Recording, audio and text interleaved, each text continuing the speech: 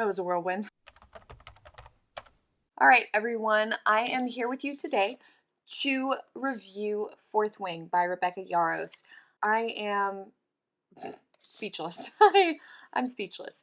This novel was amazing. I am not usually one to do fantasy novels, but I went into this one because I've heard so many people say so many good things about it, and I was not disappointed, to say the least. So let's go ahead and get into this review, and I will tell you everything that you could possibly want to know about this book because my review is huge, and I will say a few spoilers towards the end, but I'll give you warning before I say them because, of course, I need to talk about this book and I need somebody to talk about it with. So let's go!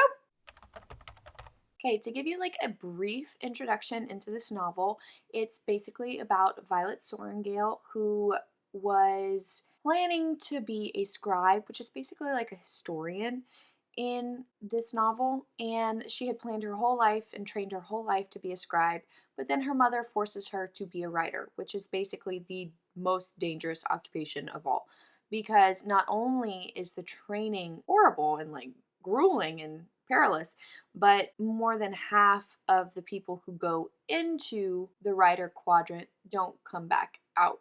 So you finish as a writer with literally, I think they said 20% of the people who went in actually survive.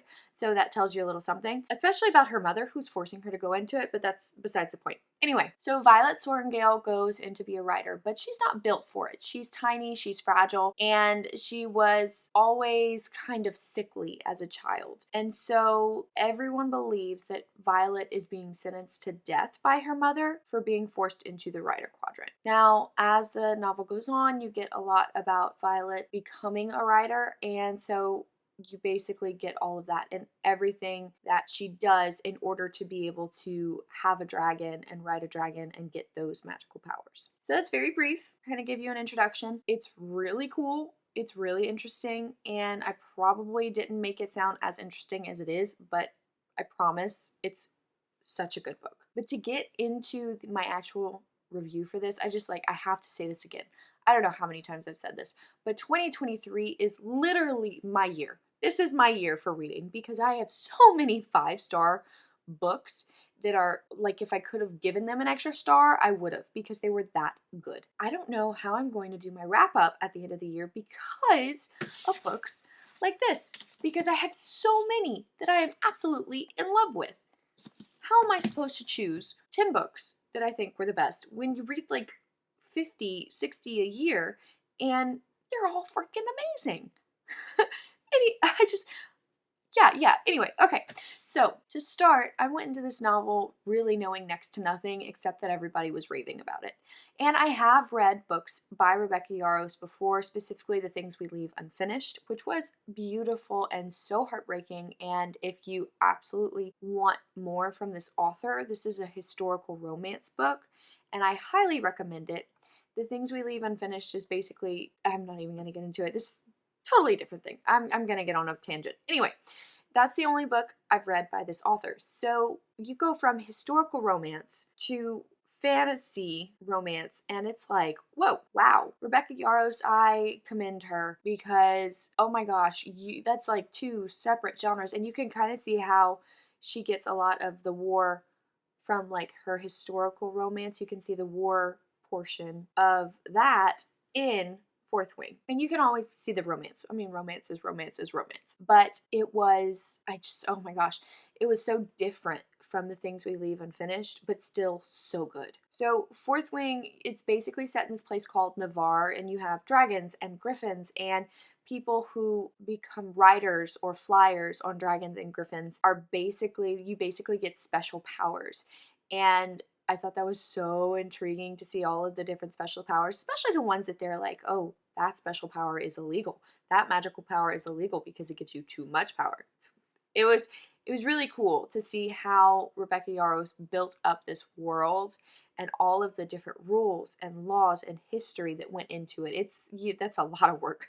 If you've ever written anything, that is a lot of work. This is outside of my typical comfort zone for reading because I have read fantasy before. I'll just leave it at that. But like, I don't usually get into fantasy. But now I'm feeling like I've been limiting myself all of these years when I could have been reading books like this. So maybe I'll go on a binge. We'll see. You'll see. But what I really loved about this novel, the things that really stuck out to me, and it's kind of obviously, it's kind of the same as what makes up all of the other really good novels that I love.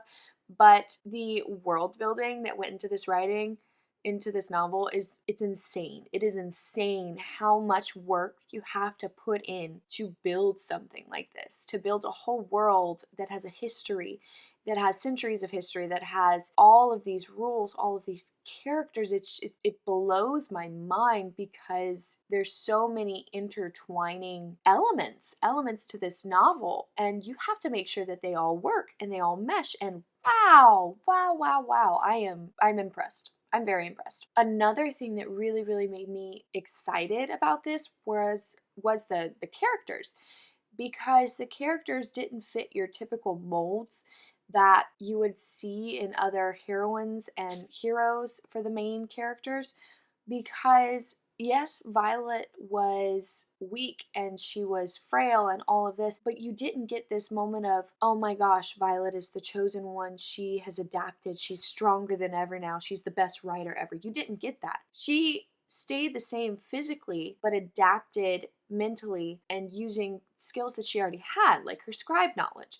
And I thought that was so great because you have this character who is using her limitations but still overcoming them. And you don't see that a lot in these books, especially like when you look at all of those dystopians that came out, Hunger Games and all of this. You have these strong main characters. And yes, Violet is strong in her own way, but she was never physically strong. It was always just mental. And what you need for the writer's quadrant is physical. So to see her adapting to those limitations was really cool. Another thing that made this novel, there's going to be a lot, so bear with me because this video will probably be long, but it's going to show you how worth it is to read this book. So the plot was so well done. You get into the beginning of this novel, there is no slow point whatsoever. You're not slow at all. It just goes bam, bam, bam, bam, bam, straight into the good stuff. You are tense the whole entire time reading this novel, in a good way, of course. You always have these high stakes through every single scene, and it was a roller coaster. I am telling you guys, like, it was crazy. I have never wanted to quickly read a novel like this. I listened to the audiobook, okay? So I have the hardcover, but I also listen to the audiobook because obviously I don't have time to sit down and read a book with a little baby and work and everything. That's crazy. But so I'm listening to this audiobook, and this audiobook is like 20 hours, okay? And I already listened to the audiobook speed on 1.5, but I finished this in, I think, 2 days, 3 days. It was crazy. And then that's like a 20-hour audiobook in 3 days with a full-time job. And I still come home to take care of my baby. I loved it. I absolutely loved it. And the plot was just amazing. You could follow everything through, and it was all high stakes, and nothing really confused me, which is crazy because it's a fantasy novel, so you have all of this world building, and you'd think that things would be confusing, but it was great. And the last thing that I want to talk about before I get into some spoilers of why I love this book so much is the writing style. Rebecca Yarros, it was so great. It was like this mixture of, you have this epic fantasy with war and fighting and magical powers, but then you also have this romance that gets sweet and tender, but then you also have the comical relief that makes you want to laugh out loud. It was all there. And while you're dealing with these difficult things like murder and death and grief and all of these things, you still have this comic relief. It wasn't as dark as you would think it would be, and I think that that was why it was so easy to just keep going with this novel and just keep going and keep going and keep going until I finished it because it was so entertaining. But yeah, so that's my review. I'm gonna get into the spoilers right now, so if you have not read this book, please don't go into the spoilers and read the book. It's so worth it. You don't want to spoil it just because you don't feel like reading a big book.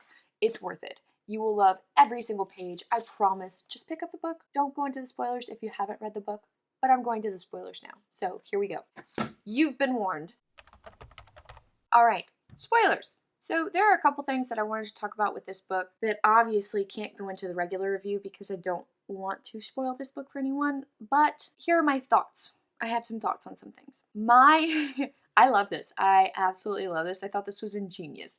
But my favorite romantic plot device in this whole novel. It was so smart the way that she did this. But the fact that Xaden and Violet's dragons were a mated pair and couldn't be away from each other for longer than like 3 days, that's so cool. Like, that is an ingenious plot device, and it gives you that forced proximity trope that everybody's in love with right now. It was ingenious. I loved it. I thought it was so cool. And now you always get the satisfaction of even if you hate him, you still have to be next to him. So this is going to be awesome. I loved it. It was awesome. I thought that was so fun.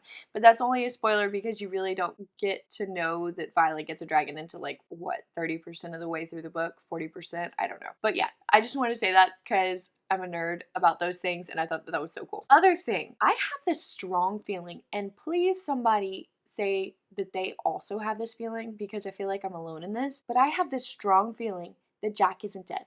I have this feeling that he's going to come back as a villain and he's going to be riding a wyvern and he's going to be this evil little thing that of course just comes back because it felt too easy to get rid of him. And he just, fell down the mountain that he couldn't survive. So I'm waiting to see him come back as a villain and want to like kill Violet. And I'm totally here for it. Make it happen. Please, Rebecca Yarros, listen to this video, watch this video. Make it happen. We want to see Jack back, even though he was a total douchebag. Seriously though, like the Venin and the Wyvern were the perfect villains. It has this creepy horror vibe where you have these people who are just basically, the way that I think about them, okay, don't laugh at me, the way that I think about them is basically like Voldemort in Harry Potter, where Voldemort split his soul so many times that he wasn't even human, and that's how I feel like the Venin are. They got rid of all of the humanity in them, and they're not even human anymore. They're just like these little demons.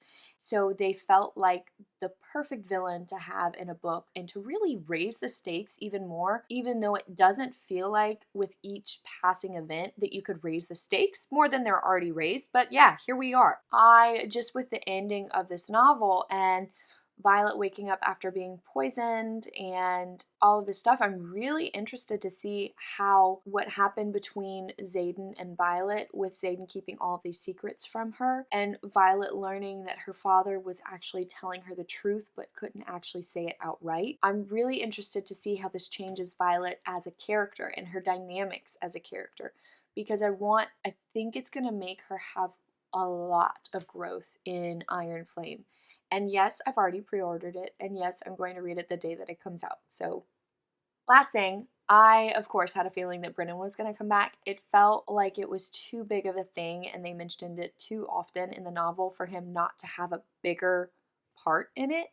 So, knowing that Brennan came back, it also made sense because their mother is so despicable that yes, she would do something like that, like hide the fact that Brennan wasn't actually dead, but just decided to join the rebellion or whatever. I'm interested to see how that's also going to affect Violet as a character, but it does raise the question of what happened to Terran's last rider who tried to save Brennan but died.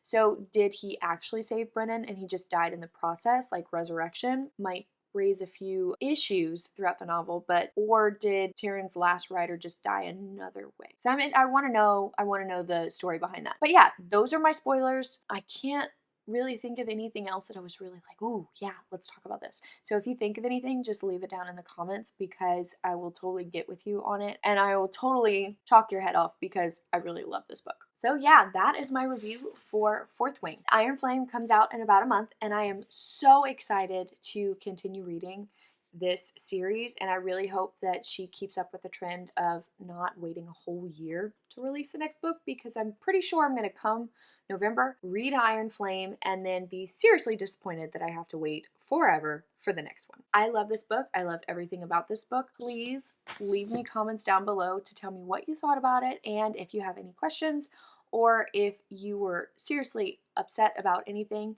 in the book and you just want to talk about it, because I love talking about books. And of course, if you enjoyed this video, please subscribe, because I post book reviews like this all the time, as well as bookish videos where I rank books or give you recommendations based off of things that I like. So yeah, comment, subscribe, and I will see you later.